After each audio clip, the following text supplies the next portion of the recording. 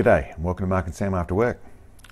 Today I want to do a video on, as the title says, my rifle doesn't shoot. It's actually questions that I get about people with new rifles largely, and that can be people who have just got into shooting to people who've been shooting for a long time but have a new rifle and it's not shooting properly. They go to test it, go to group test it, or that side of things, and it's all over the place for some reason or other. And what should they do? What's the checklist? What should you go through and do is sort of the question that I get asked quite a bit. Okay, so to start off with, your checklist doesn't start after you fire the rifle. Your checklist starts before you fire the rifle. And this is in all forms. This is whether you're a brand new shooter or an experienced shooter. All of us, all of you, should be doing particular things before you go bang on the trigger, before you pull on that trigger. Okay, so what does that start with?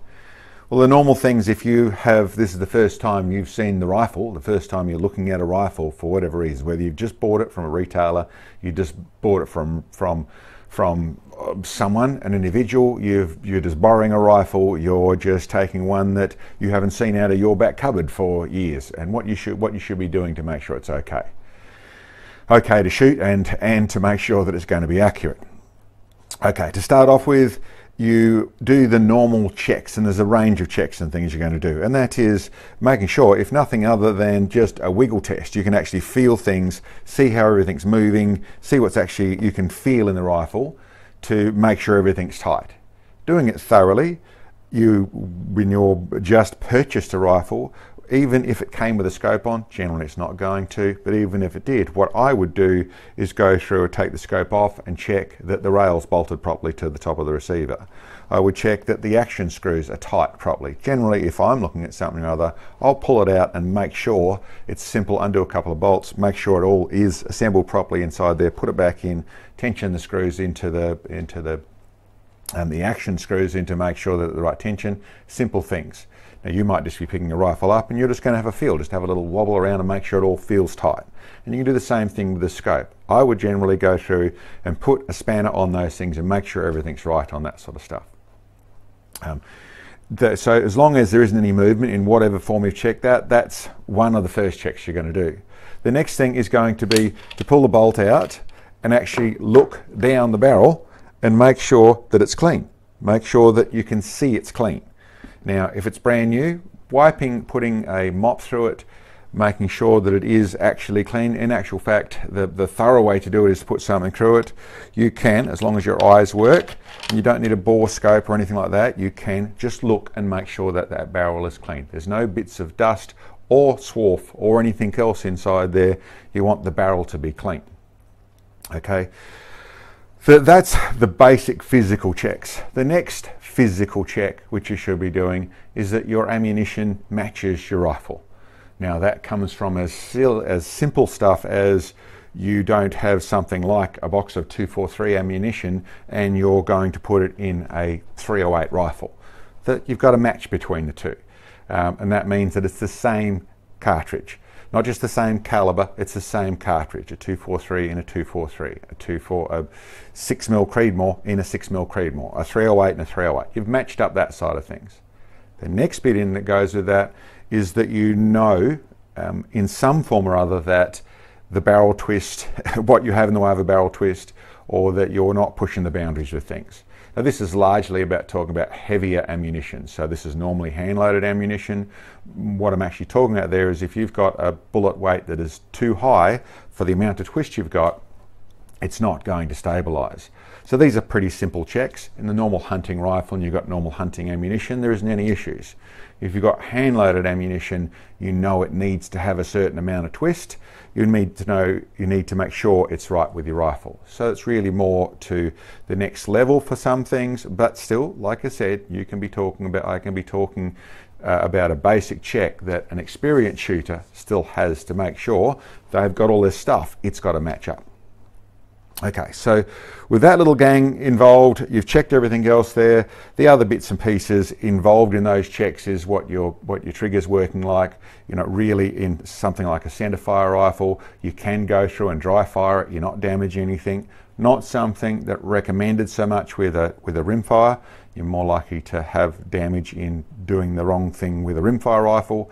But with a centerfire rifle, certainly you can go through and actually make sure what your trigger's going to do, make sure everything's behaving properly before you go and put ammunition in the rifle. The rest of it, there's obviously, and I've done videos on setting up everything, getting your eye relief to the right places and getting the scope height to all those sort of things. Those are, although relevant details, generally not going to be about your first lot of accuracy. That's about setting it up to the final levels. But those are still things that should be in a reasonable place. And I suppose that with that little list involved, what you're shooting on, whether it's a bipod or a bag or all that sort of stuff, yes, you need to make sure it's sound and it's working properly and all that sort of stuff, but once again, it's a bit down the track for that sort of stuff. And the last thing I'll touch in the basic checks is that your muzzle device, if you have one, this doesn't have one, but whether that's a suppressor or that's a muzzle brake or whatever's on the front of the rifle, is that it's clear. And you can see that by looking through it and make sure you cannot see the device impeding on where the barrel is. And that's also after your first shot. If you shoot something and you check it there, but when you shoot something, to be, unless the bullet goes exactly where you want it to, and even then, it's not a bad thing to down the track to be checking to see if there's any tagging, which means you're simply, with the rifle unloaded and clear, that you're actually allowed to check the muzzle and make sure there's no tagging or anything going up the front in the muzzle. And what I mean by tagging is that the bullet can sometimes be just touching on a muzzle brake or on a suppressor, and there'll be a little tiny witness mark there, and that can be something that causes erratic stuff. That's for down the track a little bit, but that's the basics of things. So what you've got is you've checked over your rifle, you know, physically it's sound and it's basically set up, the trigger works, all that sort of stuff in the right place, your ammunition's to suit your rifle, and then you go and shoot the thing. And well, there is actually another check you should have done prior to all that, but let's say you've got to that place. What can be wrong? Why? And you're seeing a 4-inch group out there at 100 yards and you don't understand what's happening. Well, the step that should have been involved in doing the shooting, there's for the inexperienced shooter, or for the person who's just stepped up to their first big power rifle, so a high power rifle, so they've just gone from a 223 or a 357 Magnum or a 308, and they've just got themselves a 338 Lapua and are trying to make it shoot. Well, one of the features you need to keep involved is that your form and the way you're shooting it, it can be monstrously different, especially I suppose we go to an XW, you go from a 22 and now you're shooting a 308. What you were doing with your 22 to make it work properly, or what you're doing with your 308 to make it work properly, and your big step up, your form might not be in the same place. So if you're familiar and you shoot this sort of rifle, you don't have any issues, that's not something you need to check for. But if you are taking a big step, then having someone experienced with you to be able to help you if you're new at this and to be able to watch what you're doing can be a key feature to make sure that your form and what you're doing in your follow through and what you're doing with your trigger and what you're doing with how you're preloading or not preloading or how you're setting up the rifle, all those things have to work. The feature prior to all that I mentioned you probably should have done already is setting your parallax. Probably one of the key features that goes wrong here. There is loose scopes and there is loose stocks and there's barrels resting on things and all sorts of other things. But one of the biggest features that actually happens for people that have this random group, and especially in a new rifle, and sometimes a rifle over a long period of time, is not setting their parallax properly. Now I've done videos, you can search our channel on parallax and how to set it up and what parallax is and all the rest of it. But largely it's talking about what people call the side focus knob or the front focus knob is really setting up your parallax. And what that means is that your crosshairs are staying on the target all the time and they're not moving off the target as you move your eye around behind here. So if your parallax is not set up properly, when your eye is not in exactly the same place, the crosshairs are pointing at different places.